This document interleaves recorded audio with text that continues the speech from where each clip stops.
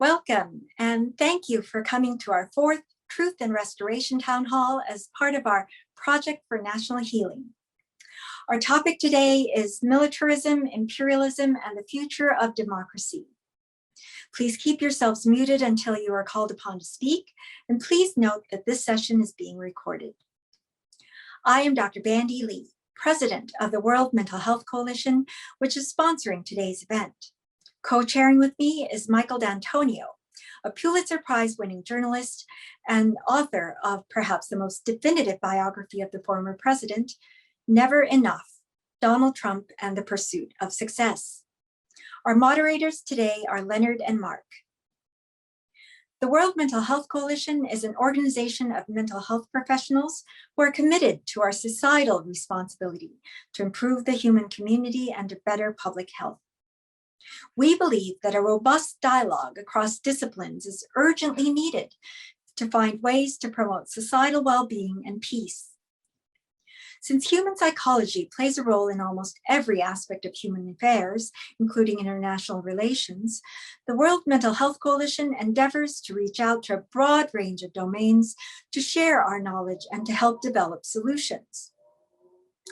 So far in this town hall series, we have discussed how racism and white supremacy can become a societal mental disorder that is destructive to all, how it is important for experts to speak about psychologically dangerous leaders to help protect society, and how the media environment plays a role in spreading symptoms such as delusions and paranoia. Neglecting these aspects can bring on greater danger through a mass psychosis, to use a phrase by the great Swiss psychiatrist Carl Jung. The ways in which we have done so are by overlooking obvious dangerous mental impairments in a former president with control over the world's most powerful military and planet-threatening weapons. Just this week, we heard the astounding news of interventions by General Mark Milley, chairman of the Joint Chiefs of Staff, to forestall the possibility of Donald Trump launching nuclear arsenals in order to remain in power. And as mental health experts, we appreciate how much closer we were to such a fate than most people realize. We insist on a suicidal course of ever-increasing militarization, nuclear proliferation, and super automated weapons on land, sea, and cyberspace. We have accelerated economic inequalities and destruction of our natural habitat, now designated Code Red by the United Nations, to the point of making many regions of the world unlivable, which increases violence, causes mass migrations, and undermines our progress in democracy. Without awareness of these larger dynamics, we are likely only to succumb and to add to them. Democracy in mental health terms is a developmentally more evolved state of society than autocracy. It supports greater health, peaceful negotiations in elections, and more collaboration among nations to tackle the world's problems rather than engaging in wars. Yet the developmentally wounded mind, or a society that regresses under stress, does not desire democracy. If these conditions continue or go too far, we can lose our state of health. When militarism, imperialism, and dangerous leadership with technologies that can destroy human civilization are involved, it is important for us to reassess what is at stake. 75 years ago, Albert Einstein, H.H. Arnold, J.R. Oppenheimer, and others got together to launch One World or None, stating that correct knowledge of atomic science was critical to humanity's surviving the atomic age. We now say that correct understanding of our own psychology and mind has become critical to our surviving the psychological age, the age in which the state of our minds determines whether humanity will perish or persist. I will now turn over to Mr. D'Antonio, who will say a few introductory remarks before we introduce our speakers. Michael? Thank you, Bandy. You know, as usual, just about every sentence you uttered sent my mind in 3 or 4 directions. And that's what I really love about our meetings, but also about the World Mental Health Coalition, because I think that we bring together people from so many different disciplines who, prior to this crisis, really weren't in contact in the way that we are now. And certainly when we came into contact, we often didn't necessarily trust each other. We might have felt proprietary about our knowledge. We might have even felt competitive for whatever little scraps of benefit there is to doing academic work or being a working writer or being a therapist. And we all know that very few people go into these fields for wealth and glory. But in this time of crisis, I think we all have learned a lot about ourselves and a lot about collaboration. And if there's one happy outcome of this era, it might be that. Our different disciplines share many areas of interest. We use many of the same methods, and we bring deep ethical concern and concern for our fellow human beings, our communities, and our world to our work. In addition to treating acute symptoms, therapists and other mental health providers in clinical practice are devoted to helping clients and patients reach their potential and live happy, productive lives. Most are also aware of the ripple effects of their work. When individuals get better, so do relationships, families, and communities.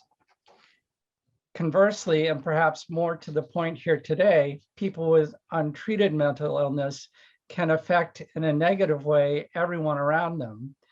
Mental health clinicians have known this phenomenon works on a national and even international level, but this awareness has become heightened in the last 6 years.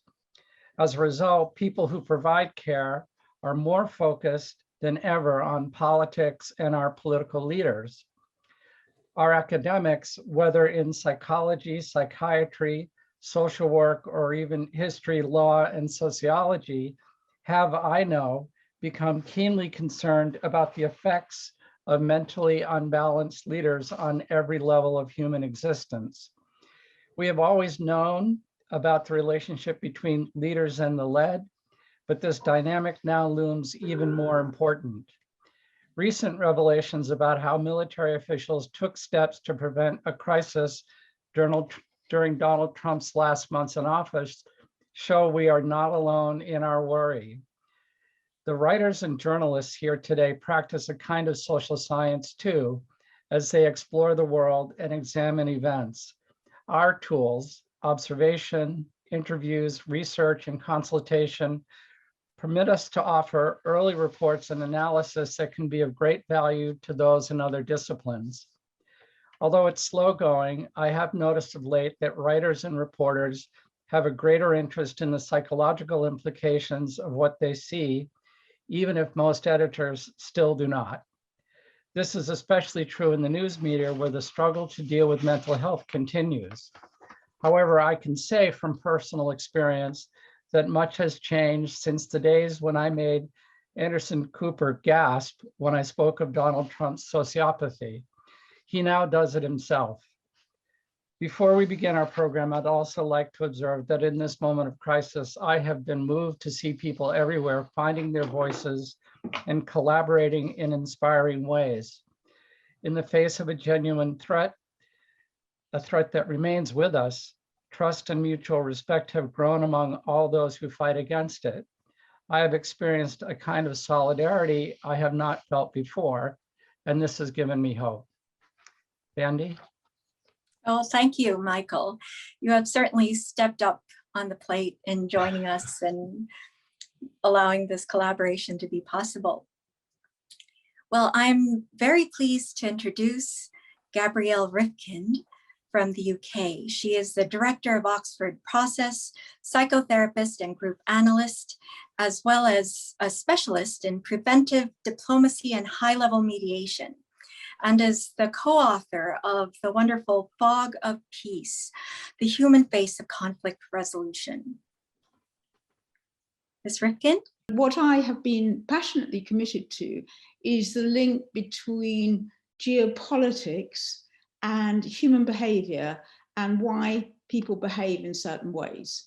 To say that you cannot just look at power, you have to look also about why people are behaving in particular ways, and the role of things like humiliation, marginalization, exclusion. And you know, I think I'd be telling my grandmother to suck eggs when I would say things like, what we understand in the mental health field is the importance of respect, getting into the mind of the other, creating safe spaces, not humiliating people. But somehow this doesn't translate into the international arena, which is much more around power and interests and seeking retribution. So much we could say about that. And winners and losers, and imposing one power on the other side. So the kind of frame of mental health, there's a chasm between that and international relations. And that is the space in which I have, I suppose, dedicated the last 20 years of my life, particularly and originally working in the Middle East. But I'm going to talk about something different today because I think it weaves in, and particularly because you use the word militarization in your heading. And I believe passionately, and working in the world of conflict, mediation and preventative diplomacy, I don't think we can understand any of this without understanding the industrial military complex. And however much we might care about human relationships and why people behave in particular ways, one has to put it in that context. And so I'm going to just share with you a little about what's been on my mind recently and what I did last Friday. So 2 days ago, I went to the Arms Trade Fair in the UK, which is the largest arms trade fair in the world. It happens biannually, and there are 1,600 exhibitors and 30,000 people passing through to buy and sell weapons. I have to put in the context that the UK, and what's begun to really interest me, is on a rolling way of assessing it between 2010 and 2019, we're the second largest exporter of weapons after the US. And we're proud of this.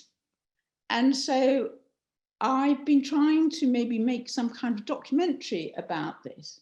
So I thought the first thing, and we might well be calling it the marketplace of death.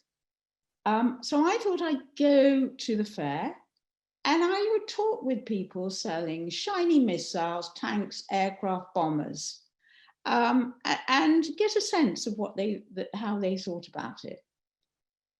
It was actually rather like going to a shopping mall. Things were beautifully presented. People were trying to sell their shiny missiles, their tanks, their aircraft bombers. And it was more like trying to go and buy a fridge or a bikini. And there was a complete disconnect, or maybe a psychic numbing, or some kind of delusional way of disconnecting from what was happening. There was no, in any way, connection between the consequences of what they might do, whether we're talking about the war in Yemen or in Afghanistan, or how the civilian casualties or the human cost or babies dying in ditches. None of this, an utter disconnect. If I'd been there, I would have liked to flash up a few images if I'd had any influence. People were presenting things more about promoting sales and thinking, and their order books. And speaking to one person, he actually said to me quite categorically, It is none of our business where this equipment goes. We're just here to sell things.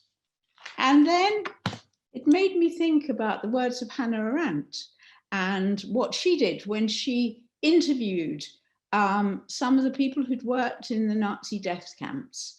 And what happened was the utter disconnect and people not taking responsibility for what was happening because they were only part of the whole enterprise.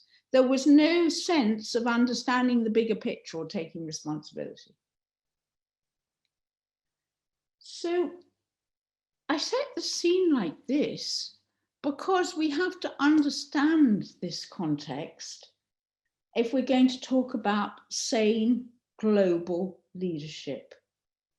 And we know what Eisenhower has said about being aware of the industrial military complex, both in the sale of our weapons and in the purchase of them and what we do with it. And with the dangers, and I could talk to you a long time about Afghanistan because I've been working on it on and off for a long time, about mission creep and the belief that you can actually change people's minds through the barrel of the gun. We could go as far as to say that the actual militarization is one of the essential ingredients that brought the Taliban back to power. So I think I do want to add, and this is a slight provocation to you when you talk about democracies, it has been over the last 2 decades only liberal democracies that have gone to war. Certainly we have fought 4 wars: Iraq, Libya against Islamic State, and Afghanistan, all failed wars led by democracies. So I think we have to think very carefully about that. That's worthy of many sessions. And I think you're absolutely right when you talk about robust dialogue to promote society's well-being, but it has to be understood in the context of a militarized mindset. President Biden called recently to end forever wars, and that he's rolling back the military adventurism. I think the rhetoric is misleading. He's withdrawing from Afghanistan for the new bases in Central Asia.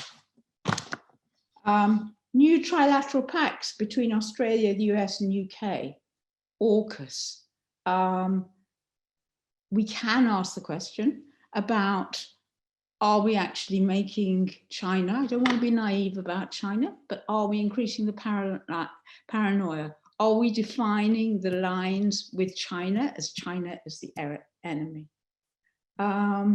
Yes, I would say we should be having a robust dialogue. We should have had one with the Taliban in 2002 when they were in a very, very weak position, starting from there. And we were calling for that then, even then. And we should be absolutely prioritizing dialogue with China, even though we have radically different ways of seeing the world. But to make them into our enemy is much more likely to heighten a military confrontation. Each generation has its stock of doomsayers who imagine the failure is both imminent and irreversible.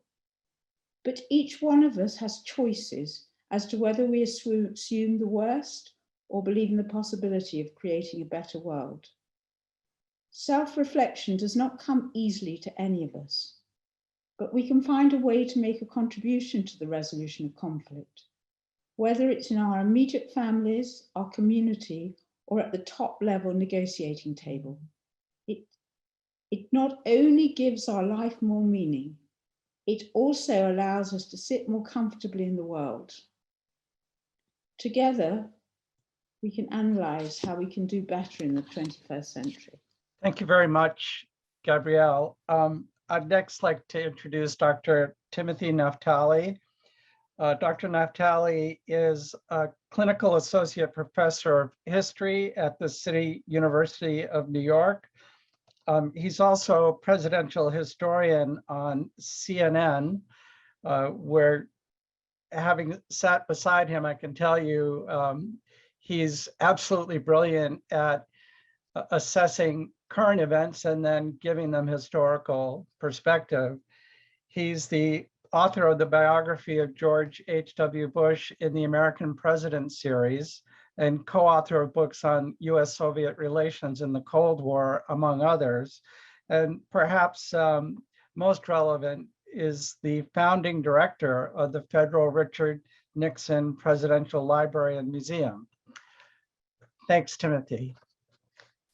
Thank you, Michael, and thank you, Bandy, for inviting me.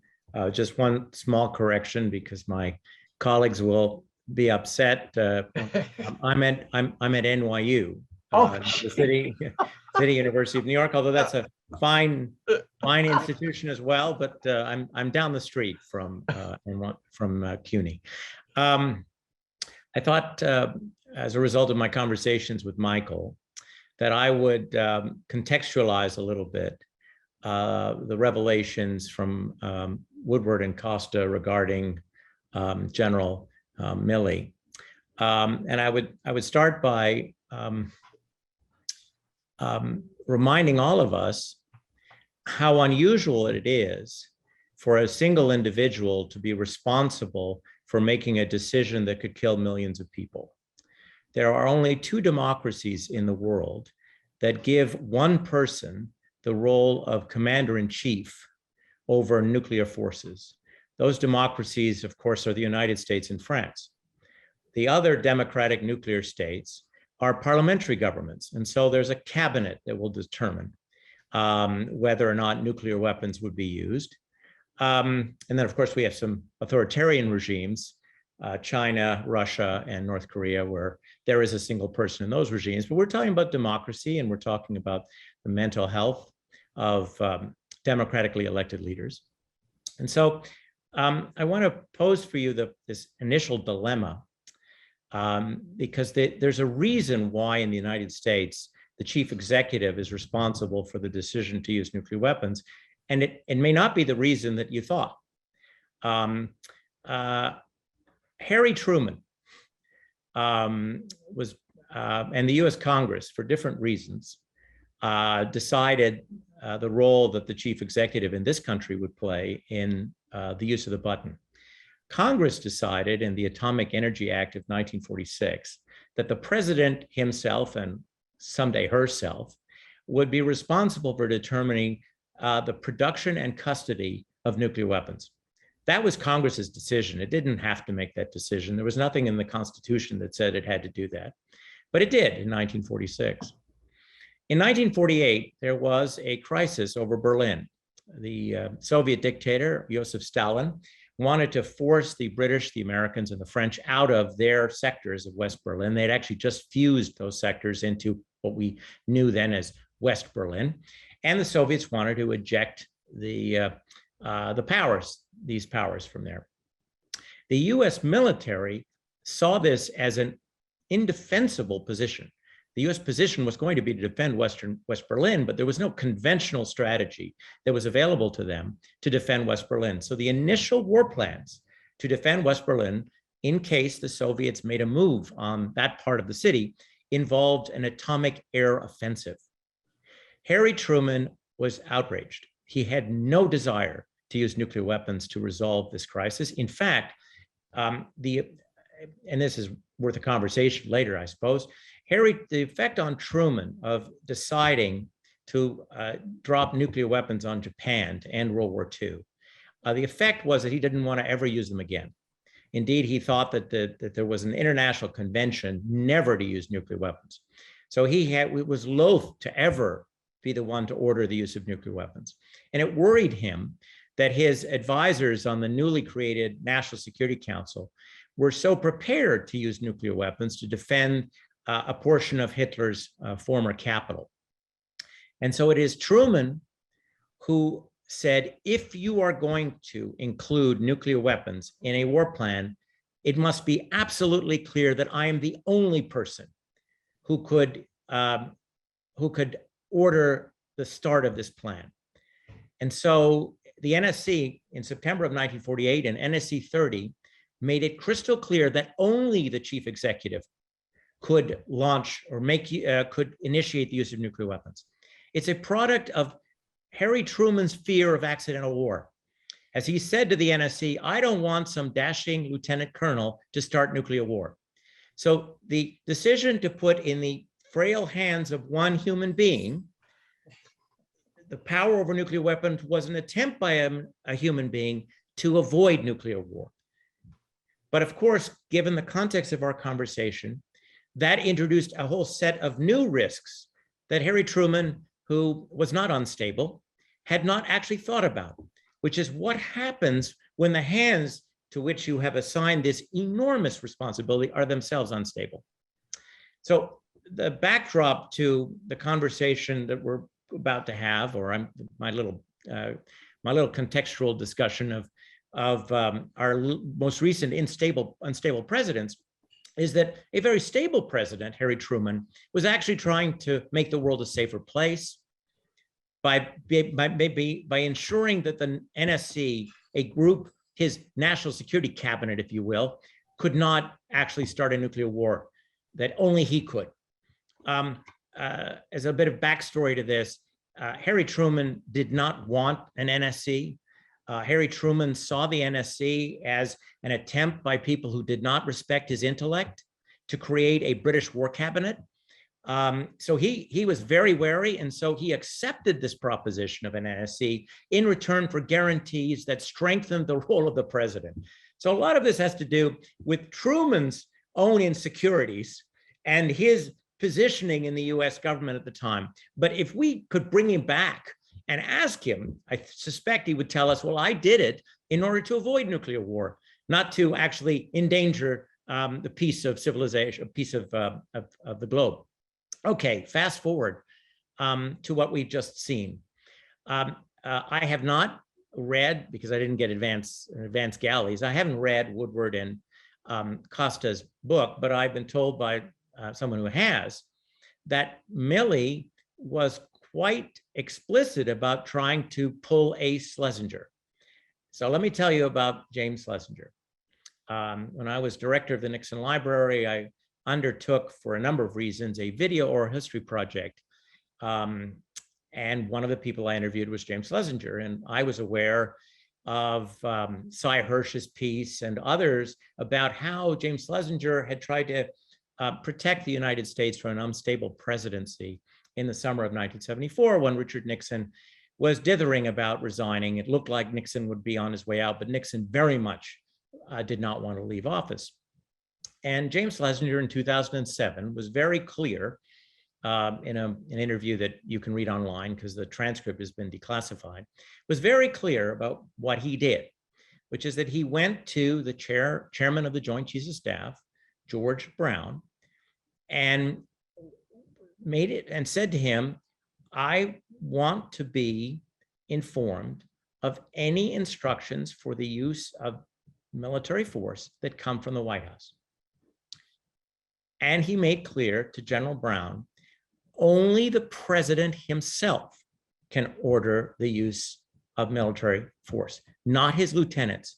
Someone calling you saying, on behalf of the president, I wish to order this, you're not authorized to act on that. You can only act on the president's instructions. And I need to know about all instructions coming from the White House. Now, Schlesinger made clear to me that it is not possible for the Secretary of Defense to disobey an order from the President of the United States. You can resign, you don't have to execute it, but you cannot actually say no to the president. So what Schlesinger was doing in 1974, and I believe what Milley was doing last year and early this year, was making it very, very hard for Donald Trump, the president himself, to order the use of nuclear weapons, or any weapons for that matter. But there is a limit to, under our system, to what the military can do legally, because we have civilian control of the military. And the president of the United States, by law and custom, is the commander-in-chief of our armed services. So what you saw in 1974, and I would suspect what happened this year, is an attempt to create guardrails in a system set up by Harry Truman to allow the president to do what he felt was in the interest of the United States. Well, our next speaker, Amy Wilentz, has had lots of experience in countries where reality is confusing, to say the least. I'm going to try and place her in the right university. She's a terrifically gifted literary journalist and is a professor of literary journalism at the University of California, Irvine. She's the author of The Rainy Season, Haiti Since Duvalier, and Farewell Fred Voodoo, A Letter from Haiti, which are two books that are always in a prominent place on my shelf because I find them to be masterworks. I'm really delighted that she's here with us this afternoon. Thank you, Amy. Thanks a lot, Mike. Thanks to Mike and to Bandy for inviting me to do this. It's I feel like it's not exactly my bailiwick, but it is. And mental health is something I'm familiar with, problems of this in leaders in Haiti and around Haiti. So I'm going to talk to you a little bit about history today and sane leaders and insane leaders. I wanted to talk about Tucson Louverture. I know many of you will be familiar with the name. Not all people are. He was the first great leader of the Haitian Revolution in 1791. He was a sane leader. He was extremely competent, very brave, a natural consensus builder. He was tricky and never fully honest, but of course, as we know, full honesty is not always the greatest characteristic of a leader. He was deeply beloved by his countrymen, and he was an on-the-ground person. That's how he communicated. No social media, obviously, back then. He went everywhere on horseback, and he impressed his personality on people. No one has ever accused Toussaint of instability or insanity, and he had many, many enemies. Even in private, what we would call cables now, communications, there were no such accusations. But the French did not like him. And he was betrayed when he went to a meeting with his French counterparts on a French ship, which was the height of arrogance and blindness, and was captured, brought to France to perish in a cold cell in a mountaintop prison in the Jura Mountains. When Toussaint's consensus concepts fell apart, his protege, Jean-Jacques Dessalines, took the reins of the revolution and smashed through to victory against Napoleon Bonaparte. Dessalines has always been considered a bloodthirsty madman by whites because he completed the revolution in blood and fire. His motto by the end was coupe tête, boule caille, which means in Creole, cut off their heads and burn down their houses, which he did. And he made the country unlivable, literally, for almost any white, except a few trusted aides, translators, and backers. And this was how the formerly enslaved people of Haiti defeated the masters and emerged victorious in one of the three great Atlantic revolutions of the late 18th century, ending slavery in their country and really foreshadowing its end throughout the world. So Toussaint, with his sanity, his ability to at least seem to compromise, had a contemporary stature before the whole world as a great and more or less reliable statesman and diplomatic genius. And the French thought him more dangerous than Dessalines, the revolutionary rule breaker with the machete and the gun and no holds barred, the man that the French perceived as crazy and therefore incapable. Thus, the French destroyed their possible ally and ignorantly opened the way for the end of their regime in Haiti. So this was an instance where a crazy, insane leader, perceived as such at any rate, accomplishes the historic though bloody achievement that the sane man operating within a facsimile of norms, if not norms he really believed in, could not accomplish. This is to accept, of course, the very idea this town hall is based on, which is that the sane leader does not engage in adventurism, death-dealing conquest, and crazed slaughter. I think that Gabrielle sort of contextualized this a bit in painting a picture of our world. But here are just a couple of things sane leaders have done in recent memory. Biden, eminently sane, just dropped a bomb on an innocent group of 10 Afghanis carrying water to their family from a job site. Okay, it was a mistake, but he did it. and very organizedly. Reagan, sane if senile, engaged in adventurism throughout Latin America on behalf of US business interests, causing the deaths of thousands and stopping democracy in its tracks. And even though I live in California, which worships and adores him, I don't forgive him.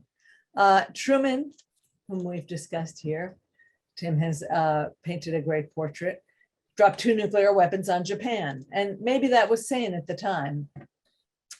So many sane leaders of the US, one after another, engaged in the genocide of the indigenous people of North America in order to further white expansion on the continent. And hardly any of them can really be qualified as mentally deranged. And when the sane leader engages in immoral behaviors, his people follow him as easily as they follow a crazy man who's developed a cult of personality. Perhaps not as rabidly, no January 6th, but they go along with the program. The argument guiding this conversation today seems to me to be that sane leadership among the hegemonic global powers will further democracy globally. But I'm so sorry to have to beg to differ. I wish it did further democracy, but the terms sanity and democracy are fluid. I've watched many competent and grounded leaders, including Clinton, Bush, Obama, supposedly further democracy in Haiti by promoting one corrupt leader after another and claiming they'd won a democratic election when they hadn't. I'm no longer even outraged at this, it's expected. But this not only was risibly undemocratic, but has turned Haitians against the very idea of electoral democracy, especially against it if the sane leaders of the United States are involved. Of course, Haiti isn't the only place where this has happened. I don't mean to seem to be naive. We are in an unprecedentedly dangerous moment globally now, and yet we have many sane global leaders and have had them for years. Of course, they're better than Dr. Strangelove, arguably. They're better than the new rising class of madmen around the world.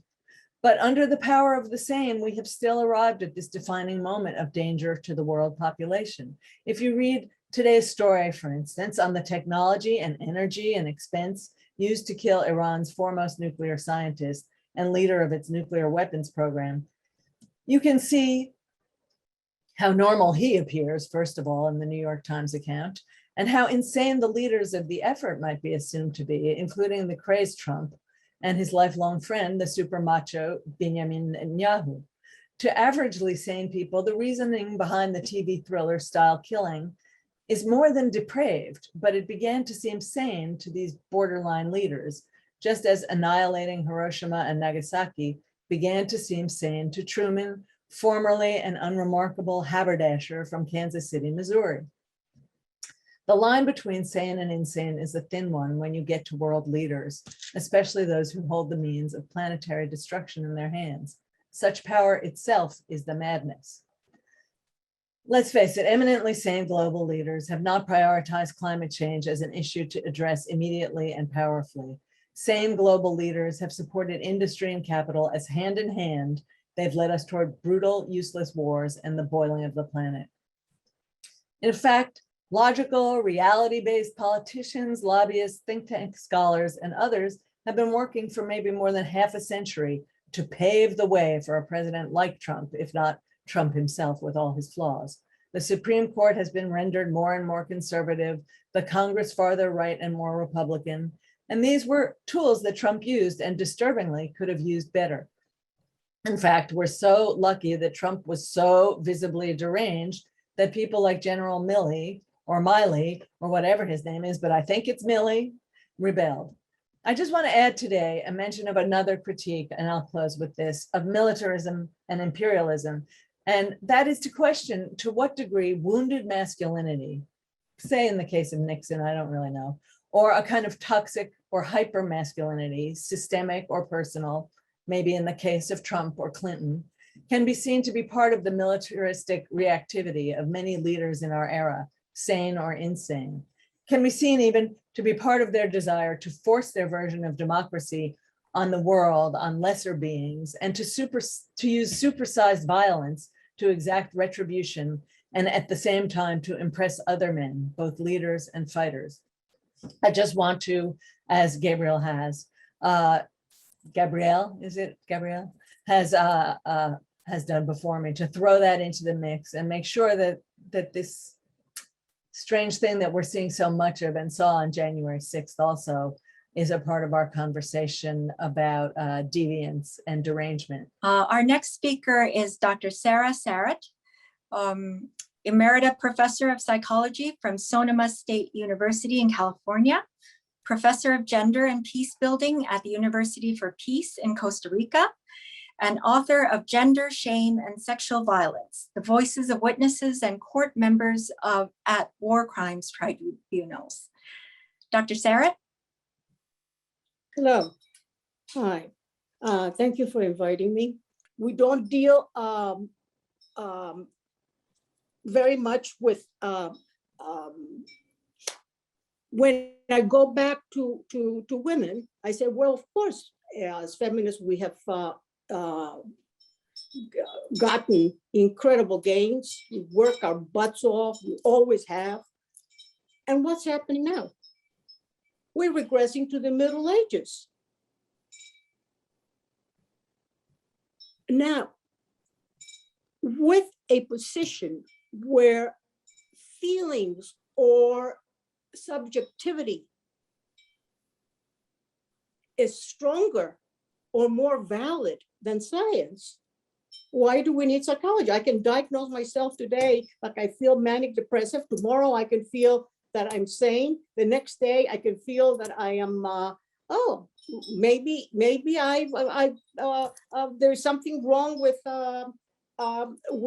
my brain, and therefore I should change my brain and go and have a lobotomy. I mean, what are we needed for? If people can decide what they are based on their feelings. And it's interesting because it's a real paradoxical thing. As a therapist and as a psychologist, given our emphasis on rationality and rationality especially, we validate feelings. Remember, I used to say, but that's the way you feel. That's important that you get in touch. This is a therapist talking. Important you get in touch with your feelings. And throughout the years, since I practiced therapy for many, many years, I decided that, you know, it was not necessarily the greatest thing in the world to trust your feelings all the time. Why should I just encourage people to trust their feelings all the time when I thought their feelings were messed up too? And therefore, when we come to a place where we are now, where as women, we are losing a lot of the rights that we have won, a lot of them, I think that given what I said before, that we are not part of the world, that gender means second-class citizens, gender means that, and sex means biology, and people don't even know the difference. It's very depressing. And therefore, I will urge that as feminists, we're fighting, but we're also fighting other feminists too. I mean, we're all split and divided. The United States is so divided now that it's incredible. I'm going there. So as a matter of fact, Monday, and Costa Rica too, we're split. But it's not women and men. And I think people like Trump, and I hate to say this, allowed feelings that were there or thoughts that were there to come out. You can't just plant something that's not in there. We created the concept of race in the US to justify slavery. And we were colonized, we became colonialists, and many of you historians, I don't have to tell you, the history of foreign policy in Latin America is disastrous. So why is it disastrous? Because America comes first. America has always come first.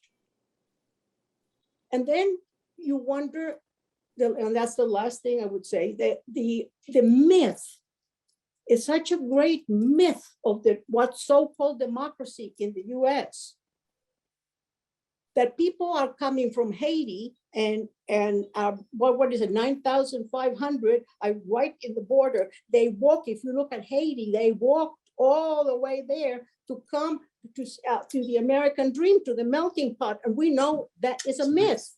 Well, thank you very much.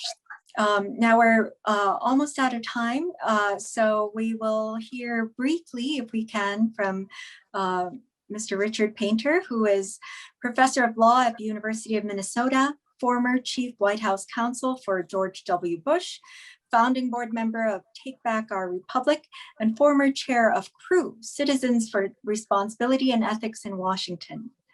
Richard? We're running out of time. We have a trend toward authoritarianism in the United States that has been reinforced by various interpretations of the Constitution that give the president far more power than was contemplated by the framers, coupled with a desire for authoritarian rule, particularly on the right wing of the political spectrum.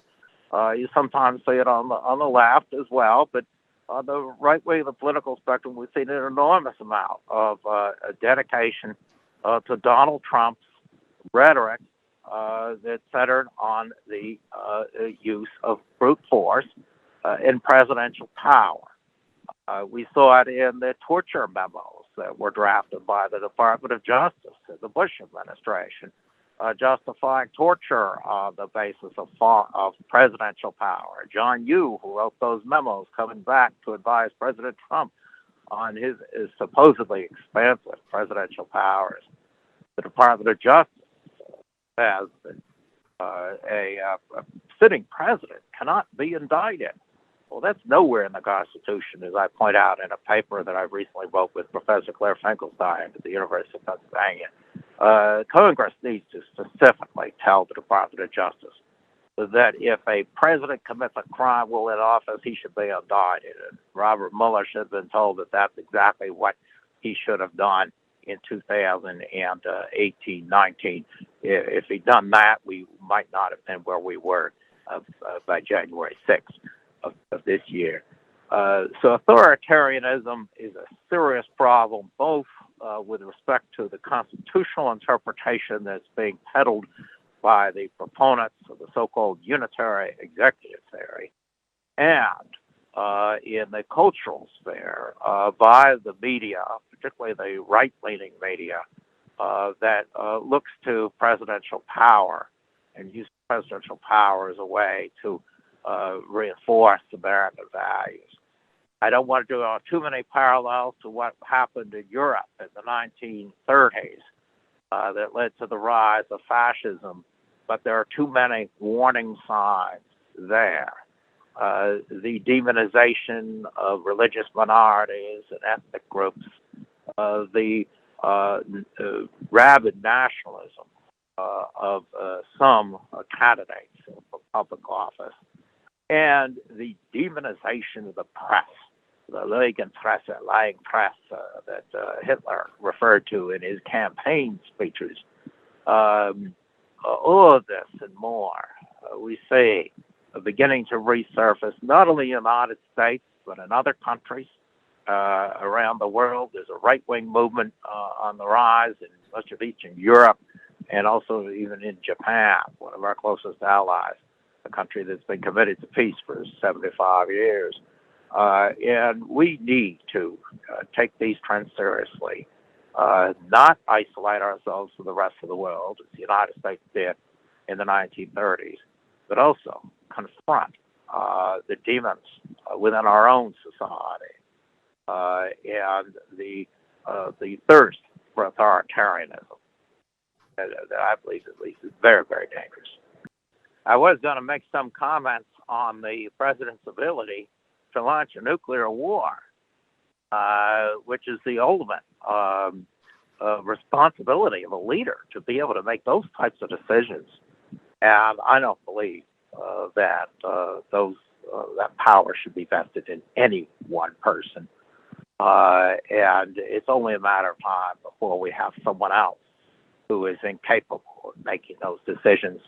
And we are in a situation we need to go back and look at the text of the Constitution when the framers gave the power to Congress to declare war. That the United States, in the United States, our treaty obligations are among the supreme law of the land. And the notion that somehow a president has the constitutional power to annihilate human civilization in a matter of minutes for whatever reason, contrary not only to the text of the Constitution, but to common sense.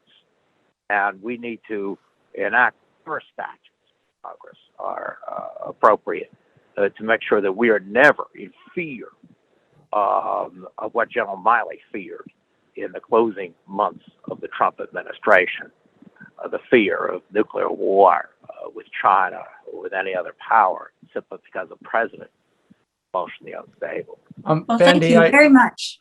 If you have a question, please go down to where it says participants at the bottom of your screen, and there will be an option to raise your hand. And when Leonard calls on you, please feel free to unmute yourself and state your question briefly if you can. And we always end up having more questions than we have time for, and especially today. So if you're able, we'll stay over about 5-10 minutes. Okay, we're going to get started with the first question. The first question will come from the attendee, first name Rachel. If you can unmute yourself and go ahead. Yeah, hi. Thanks for doing this. I appreciate it. My question is, really glad that you guys had this discussion. What I've been trying to think of is something to do in my community, in my town, to like stand at the town hall and have a message on a board or something to let people know that we're all together, that we need to, like, you know, back in the early stages of America, you know, the town square was where people sat, came together and talked. I'd love to bring that back, and that would help with the mental health. It would help with civics. It would help with so much because Richard Painter. I've been unemployed now for 2 years or something like that. And when I was employed, I never had time to do politics. And since I've been unemployed, I'm really involved in politics. And I'm knowing things that, you know, I've never had time to. And so I want the people who are busy driving by me to also understand that there's someone in their back pocket that they can come and talk to us and say whatever they need to say so that they have representation without me being in politics type of thing. So I'm just wondering if any one of you guys has any tidbits for me. Thank you. Well, then I'm going to answer it. I'm going to say vote. Get involved in politics and vote. And talk about the candidates for office and their mental stability, their commitment to democracy, democratic values. I saw that Gabrielle had a finger up. Of course, I agree with Richard about the rise of authoritarianism and some of the very important points about how we're living in a world where the business model is to provoke and create some of these schisms. But I actually wanted to respond to what Rachel, I heard her asking for, and I might not be right in this. And I think this was something more at grassroots level. What can we do as citizens? And ideas came to me like participatory democracy, that one of the problems now is the disconnect between people and even the voting system. And if you have access to power, then you feel part of it. But for most people, whether on the political right or the political left, they actually feel very disconnected. They feel unheard and they don't feel part of this. And that's creating a great deal of anger and alienation. So I thought Rachel was onto something when she was asking the question, what does it mean to be the notion, she used words like town hall, which you're using, which is how do you create spaces for dialogue, robust dialogue, real conversations around managing difference and people listening to each other in a way that has some meaning. Excellent point. Thank you. Shall we go on to the rest of the questions? Leonard, perhaps you could take the 3 questions together. Yes, and there's actually another person who's provided a question in the chat. So we're just going to call in each of you sequentially and then just present your questions. So first, Ian Hughes. So unmute your mic, Ian, and ask your question. Thank you. First of all, Bandy, thank you very much for organizing this, and also to all the speakers. It's a comment rather than a question, because I think particularly what Gabrielle has just said and what Sarah said earlier on, I think you're naming something that isn't very often named, which is the underlying malaise.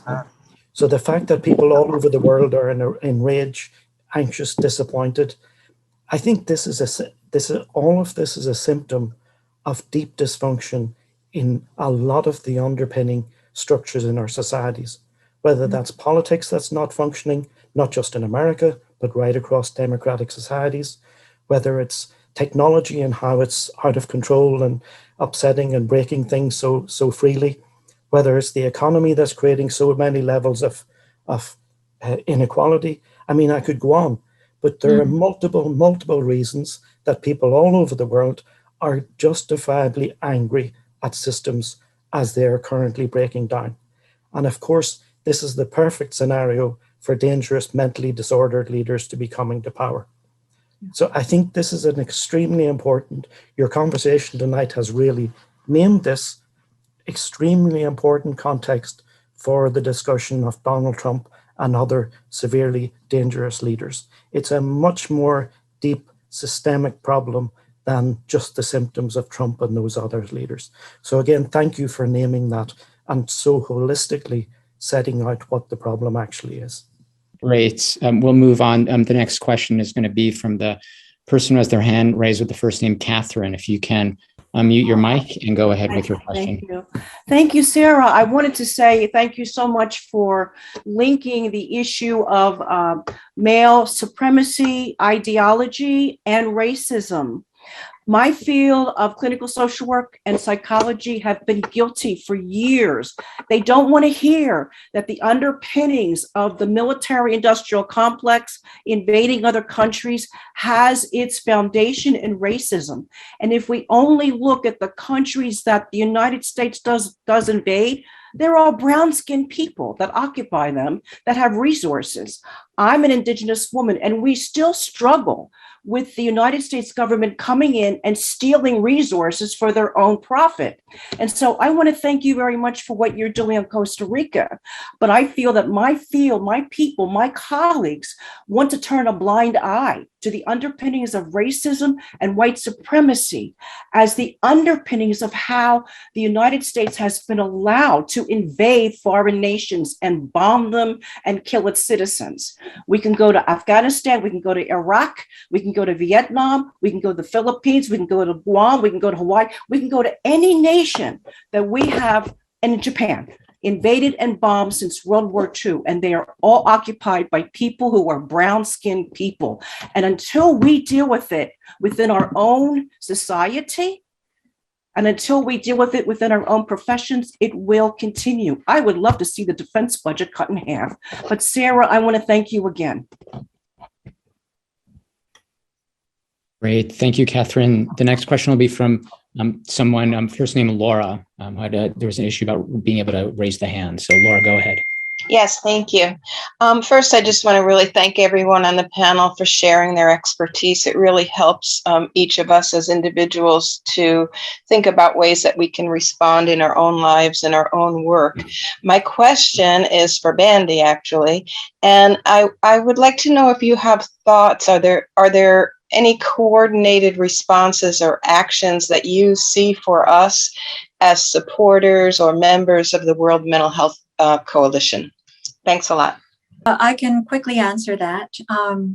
Your support of these town hall series is actually a great deal for us, because what we're trying to do is bring together voices not just of experts, but from the ground, to be able to join in on a conversation, a framing of issues based on people's experiences from all walks of life, to be able to put together perspectives and papers, white papers, and then ultimately a publication to give to the public, to government, members of the government, and to try to bring our concerns to the table. And that goes for scholars and experts who are seldom heard in world affairs to everyday concerned citizens. And so I thank you for your involvement. And I'd like to turn over to the speakers. If you'd like to respond to any of the questions or to give a last word, please feel free to do so. I just think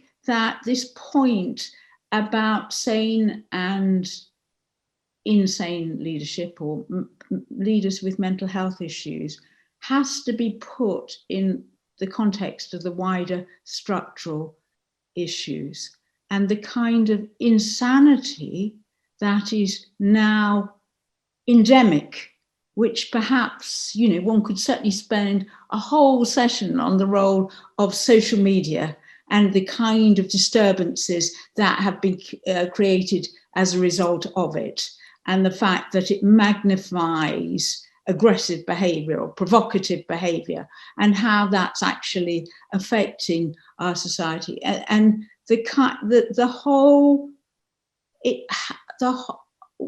kind of have to look at what everything's embedded in if we want to make any contribution to changing it. It's the same questions that mental health professionals have to think about. You can't just work with the individual without thinking about the structure in which people exist. And I think we have to think about individuals and communities and states and the international community. It's a big, complicated, challenging question, but it's the kind of stuff we need to think about. Yes, absolutely. The focus of our organization is society's mental health, which is greatly reflected in a leader's mental health, and a leader is never just an individual. I think everybody has been extremely patient, so I'm glad to have participated in this conversation, and I've learned a lot from it. Thank you. Amy? I'm good. I'm glad that we talked about the systemic insanity rather than just talking about, Donald Trump's problem, because once you see how really popular he is and how much people are willing to go with him the whole way, Absolutely. Unreflectively, I think it's very, very meaningful what we've gathered to talk about today. It's a culture and maybe even a planet in a state of mental derangement. Thanks. That's right. Thanks. Dr. Sharratt? I'm glad to hear that some of us agree. I could think probably most of us agree that it needs to be looked systemically and not individually. And that psychology, therefore, needs to change. At least I'm talking about my field, clinical psychology, needs to change its emphasis. And so does the social media, and so does everybody, a lot of other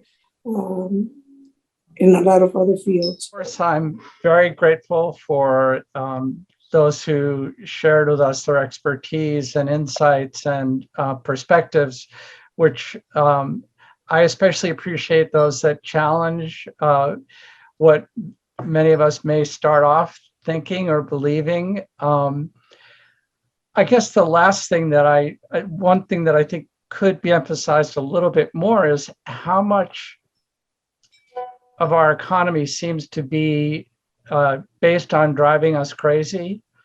And whether it's social media or the hysteria of right-wing media and some of what passes for mainstream media, as it often gins up whatever cause there is for war, drives the military-industrial complex. So much of what seems to ail us can be traced to somebody making a lot of money, hurting us. And that critique bumps up against our some of us want to believe that democracy is kind of the best option. But this pairing of democracy and capitalism, often a predatory capitalism, is where we get into trouble. And I am aware that younger people tend to be more open to this critique. And occasionally people will say to me, you know, how painful is it going to get? They'll ask that question. And, you know, there's a terrible assumption that it just has to keep getting more and more painful until people have had enough and have to act. And the first sign that they've had enough may be Trump, but maybe there's another iteration of a response that's going to be better. We just need to start offering it to people as an option. But I just want to say one encouraging thing is, like, even 3 years ago or 4 years ago, and maybe we can thank Trump for this, but I don't think so. You couldn't even say capitalism unless you were with a group of the far left in a conversation about what was wrong with America. And now I think that it's much more out there, much plainer to the average person that this is a real problem in America. And a group like this is even, confronting and thinking about the problems that extreme capitalism can cause in the world. I'm finished, really. And worldwide. Actually, my colleagues and I did a study of 20 different countries over 40 years, and what we expected would happen in diminution of violent deaths, suicides, and homicides with democracy did not happen. And it was offset by economic inequality. So that apparently cancels out democracy. Well, are we questioning democracy? I'm hearing a theme. I'm sorry to interrupt, but I am hearing a theme. I understand the capitalism part, but is there a general questioning of democracy? Yes. I think people are, because they conflate it with capitalism. Are we? Yes, I'm saying is the panel. Yeah, because of the link with militarism. And that it's not really democratic. The last 4 wars that have been led by liberal democracies. And what alternative are you thinking about? Well, I think there's room for a very careful conversation about that kind of thing. Okay, well, we're out of time. We thank our speakers very much for this lively and stimulating conversation. And thank you all for joining us.